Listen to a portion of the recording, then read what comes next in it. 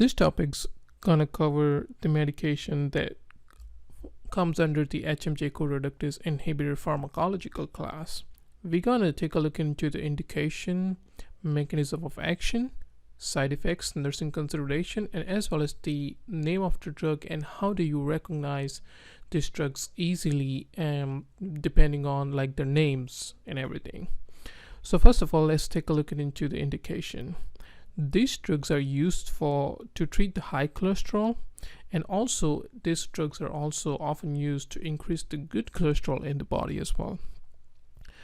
These drugs are also used for the prevention of the stroke and also the coronary vascular disease. As you can see in this picture right on the right side, where you see before the treatment of these drugs, which is often called as the statin. We'll go over it in the final slide why it's called statins as well.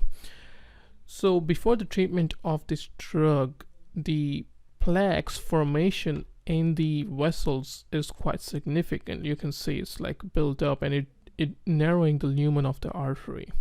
After the treatment of the statins, it's more wider and blood can flow pretty easily through it, and that's the main factor that decreases the incidence of stroke and coronary vascular diseases in a patient. So those are the indication for these drugs and widely used for this disease process. Now we're going to take a look into the mechanism of action, and we'll understand why do we use this particular drugs to treat those disease process. So basically, like if we have to say in one sentence, this medication inhibits HMG CoA Reductase enzyme in the liver. Well, that doesn't quite make sense, but let's go into detail a little bit and definitely will make sense. So liver has many enzymes that remove the toxin, metabolize the medication in our body. One of the enzyme in the liver is HMG CoA Reductase, which produces the cholesterol. Now there are many types of cholesterol.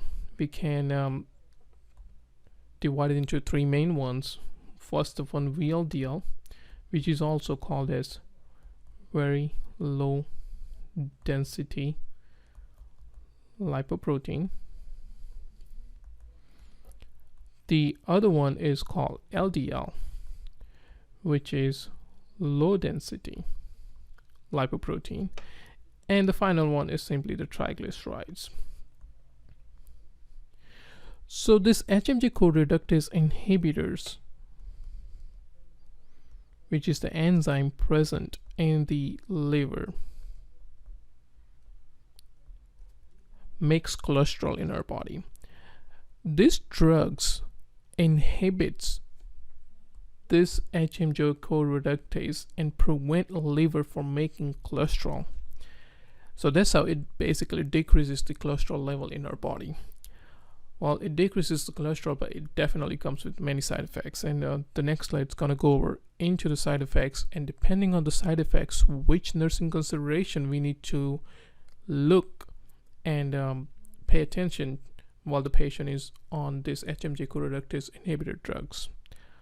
Alright, so the first main one and often asked in NCLEX is rhabdomyolysis.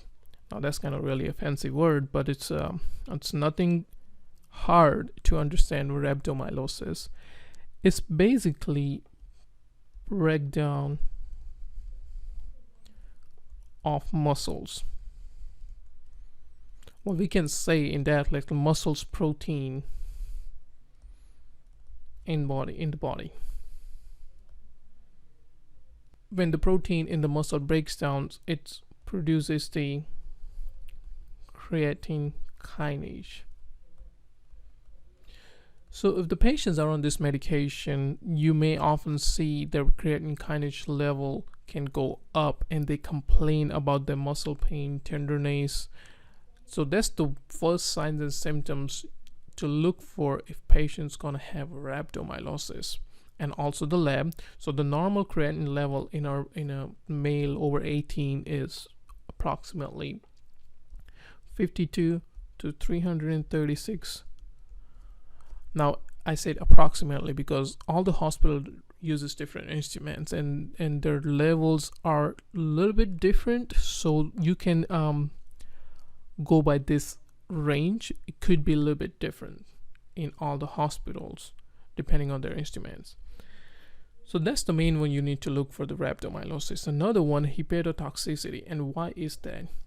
Since, as we talked in the previous slide, that this medication inhibits one of the enzyme in the liver. That means it preventing liver to do its work. That can cause the hepatotoxicity, because this enzyme may be responsible in metabolizing different drugs, and those drugs can't metabolize and excrete through the kidneys. So it can cause hepatotoxicity. I mean, I don't really want to go into detail because that's not necessarily to know as a nurse. So that's the reason it causes the hepatotoxicity. In that case, what do you do as a nurse? As a nurse, you want to check the liver enzymes, and you want to educate the patient about the follow-up liver enzyme labs. So you want to do the baseline liver function test, and also you want to do the follow-ups. Also, you want to look for the liver dysfunction symptoms. And what are those? Simply the anorexia, nausea, vomiting, and jaundice. In jaundice, like yellow skin, yellow sclera, they may complain about the pruritus and like that. Those are the basic liver dysfunction symptoms, because they often complain about the pruritus because bile doesn't get excreted really well through the liver because of the liver dysfunction, and that bile deposit into the skin causes pruritus. And you definitely want to tell them to avoid alcohol while they're on the medication, because this medication is already affecting the liver, and if they drink alcohol on top of that, which is going to cause more liver damage, it can cause even more hepatotoxicity and more damage. These drugs also can cause the peripheral neuropathy, so patient may also complain about their tingling in their hands and legs, so you want to look for those symptoms as well. Now, there's a good teaching point you want to tell to the patient about this medication is to take this medication in the evening, or like right at the bedtime, or like right after the dinner, because our liver works mainly during the night.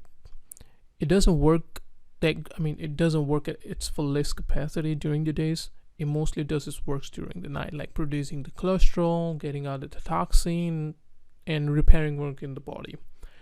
So you want to take this medication when liver is producing more cholesterol, which is at night.